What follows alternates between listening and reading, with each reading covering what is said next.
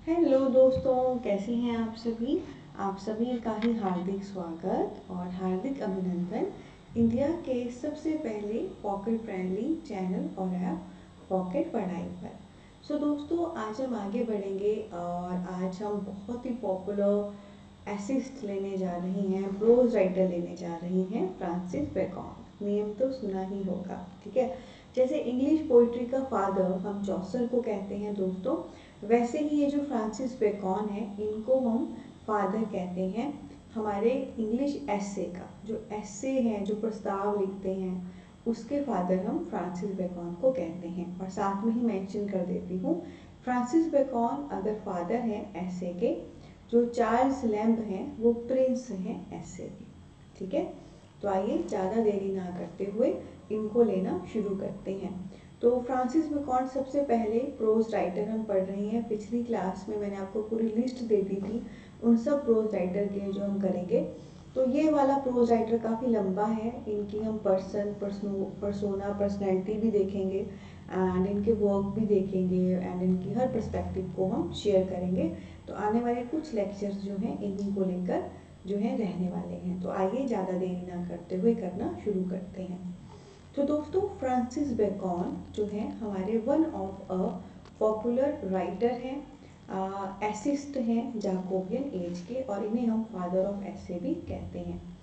Francis bacon के बारे में दोस्तों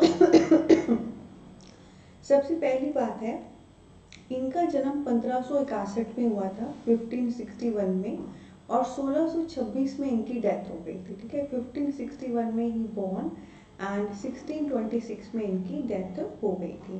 तो ये ईयर्स आपने ध्यान रखने हैं, बिकॉज अगेन है, आई थिंक मुझे मेंशन करने की जरूरत है पर फिर भी बोल देती हूँ।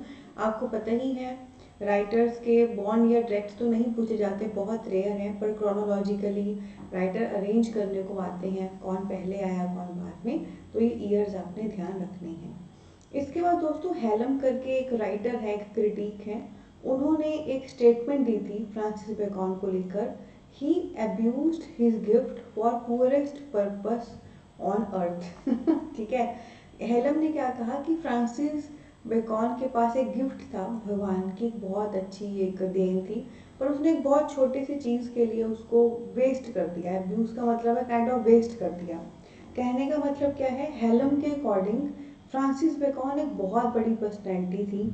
हेलम के अकॉर्डिंग फ्रांसिस बेकन के पास बहुत सारा नॉलेज था, बहुत सारी पोटेंशियल था, पर उसने वो सारा राइटिंग में ही लगा दिया। तो हेलम के अकॉर्डिंग उसके पास एक बहुत अच्छा गिफ्ट था, जिसने एक बहुत ही छोटी सी चीज़ के लिए उसको यूज़ कर दिया। हमारे लिए तो राइटिंग में वो फादर है, इतना कुछ उन्होंने हमें दिया, पर हेलम के अकॉर्डिंग वो इससे भी कुछ और बड़ा कर सकते थे। तो उन्होंने कहा कि उनको जो गिफ्ट मिला था वो एक छोटी सी चीज़ के लिए उन्होंने अर्थ पे ख़त्म कर दिया, अपना वो लाइफ स्पैन ख़त्म कर दिया। उसके बाद दोस्तों, बर्लेग करके एक राइटर है, वो ना फ्रांसिस बेकन को ड्रीमर कहते थे या सेल्फ सीकर कहते थे, ठीक है। तो बर्लेग ने क्या कहा कि वो ड्रीमर है। ड्रीमर बोले तो जो सपने देखता है, और सेल्फ सीकर बोले तो जो खुद को तलाशता है। तो फ्रांसिस बेकन एक ड्रीमर थे, वो ड्रीम करते थे, चीज़ों को इमेजिन करते थे, सोचते थे, करना चाहते थे। सेल्फ सीकर थे, अपने को अंदर जाके टटोलते थे, सेल्फ सीकिंग करते थे, खुद को टटोलने की, जानने की, पहचानने की कोशिश करते थे। और जो ड्रीमर होता है दोस्तों, जो सपने देखता है, जो सेल्फ सीकर होता है, जो खुद को तलाशता है, ये एक बहुत ही अच्छी चीज़ होती है एक ऐसे पर्सन की जो लाइफ में ग्रोथ करना चाहता है, आगे बढ़ना चाहता है। जो ड्रीम्स लेगा, सोचेगा, वो उसे पूरा करना चाहता है, सेल्फ सीख खुद को जानने की कोशिश करेगा, वो आगे बढ़ता है। उसके बाद दोस्तों, खास बात क्या है, वो फ्रांस गए थे, ठीक है, और उसके 2 साल के बाद वो लंदन आ गए वापस, यानी कि 2 साल उन्होंने फ्रांस में बिताए और फिर वो लंदन आ गए वापस। और जब वो लंदन आए वापस, उन्होंने एक स्टेटमेंट दी थी, I have taken all knowledge for my प्रोवियंस, ठीक है। तो ये स्टेटमेंट उन्होंने दी, जैसे फ्रांस जाया है, 2 साल लगाया है, काफ़ी कुछ सीखा एंड ऑल, फिर वापस आ गए, फिर लंदन आके उन्होंने क्या statement the, I have taken all knowledge for my प्रोवियंस, मैंने ना सारा नॉलेज अपने प्रोवियंस, अपने प्रांत के लिए ले लिया है। मतलब मुझे जो जो जानना था वो मैंने सीख लिया है जो मैं अपनी जगह को दे सकता हूँ। मैं ठीक है, मैं फ्रांस जा आया, मैं बहुत कुछ सीख आया, अब वो जो मैंने सारा सीखा है वो इतना सफिशिएंट है कि जो मैं अपने प्रोविंस, अपने प्रांत, अपनी जगह को दे सकूँ जहाँ से मैं बिलोंग करता हूँ। अगेन वो सेल्फ सीकिंग की ना, खुद को तलाशना, हर जगह सीखते रहना, है ना। तो फ्रांस भी गए, सीख के भी आए, आके यही कहा कि अब मैंने इतना सीख लिया है कि मैं अपने प्रोविंस, अपनी जगह को अब दे सकता हूँ। ठीक है। इसके बाद दोस्तों आगे खास बात क्या है, जो फ्रांसिस बेकन हैं हमारे, इनकी अब हम फिलॉसफी के फीचर शेयर करेंगे। ठीक है, फिलॉसफी के फीचर की, जैसे इनकी जो फिलॉसफी थी, इनकी जो सोच है वो कैसी थी। तो एक बात तो ध्यान रख लीजिए, फ्रांसिस बेकन मैंने आपको बताया ही कि ये एक एसिस्ट थे, बेसिकली इनके ऐसे हैं। अब जो ऐसे लिखेगा, मान लो वो धरती माता पे लिखे, अपने नेशन पे लिखे, सोसाइटी पे लिखे, कल्चर पे लिखे, तो ऑब्वियसली उसकी कोई ना कोई एक सोच होगी, उसकी कोई ना कोई एक फिलॉसफी होगी, है ना। अब धरती माता को लेकर मैं भी लिख सकती हूँ, कोई और भी लिख सकता है, लिख टॉपिक सेम रहे हैं पर सबकी सोच अपनी होती है। अब फिलॉसफी को हिंदी में कहते हैं दार्शनिक शास्त्र, कि आपकी फिलॉसफी कैसी है, आपकी आपकी सोच कैसी है। ठीक है। तो अब हम देखेंगे कि फ्रांसिस बेकन की जब मैं पर्सोना की बात करूँ, उनकी पर्सनैलिटी की बात करूँ, उनकी सोच की बात करूँ, उनकी सोच कैसी थी, ठीक है, जो उनके वर्क में देखने को मिलती है। तो सबसे पहले है दोस्तों, उनकी सोच में पहला पॉइंट है फ्री इन्वेस्टिगेशन ऑफ नेचर, कि नेचर को फ्रीली इन्वेस्टिगेट करो, यानी कि जितना ज़्यादा से ज़्यादा नेचर को, प्रकृति को आप जांच पड़ताल सकते हैं, जान सकते हैं, जानो, नेचर में घुसो, उसको एक्सप्लोर करो। दूसरा, discovery of fact instead of theory, जो बनी बनाई थ्योरीज किसी ने दे दी हैं उस पे मत जाओ, बल्कि जो फैक्ट छुपे हुए हैं, जो तथ्य छुपे हुए हैं उन पे जाओ। कहने का मतलब, जैसे कई बार क्या होता है, कुछ किसी ने कह दिया, चला आ रहा है, हम उसको भी फॉलो करके आगे बढ़ जाते हैं, हम अपनी तरफ से ढूंढने की, जानने की, पहचानने की कोशिश नहीं करते कि अच्छा एक्चुअली में क्या है। ठीक है। तो वही इन्होंने कहा कि जो ऑलरेडी थ्योरीज दे दी हैं या हैं, उन पे फोकस मत करो, जो फैक्ट्स हैं, जो वाकई उसके पीछे सच्चाई है, उसको डिस्कवर करने की कोशिश करो, उसको जानने की कोशिश करो। उसके बाद दोस्तों नेक्स्ट उन्होंने कहा verification of result by experiment then argument. अगर आप किसी रिजल्ट को वेरीफाई करना चाहते हैं, किसी चीज़ को साबित करना चाहते हैं, तो आर्ग्यू करके, बहस करके साबित मत करो, एक्सपेरिमेंट करके साबित करो। यानी कि अगर आपको सामने वाले को बताना है कि तेरी ये चीज़ गलत है, तो उससे आर्ग्यू में मत फंसो, बहस में मत फंसो, बल्कि प्रॉपर उसके बारे में एक्सपेरिमेंट करो, प्रॉपर उसके बारे में जांच पड़ताल करो और सामने वाले को शो करो कि देखो ये मैंने कहा था, ये ऐसा था, अब मैं इसको प्रूफ कर चुका हूँ। ठीक है। तो बहुत अच्छी बात बोली। तो ये उनकी फिलॉसफी के फीचर थे। एक तो नेचर को फ्रीली इन्वेस्टिगेट करना, नेचर को फ्रीली जानना क्या है, कैसे है।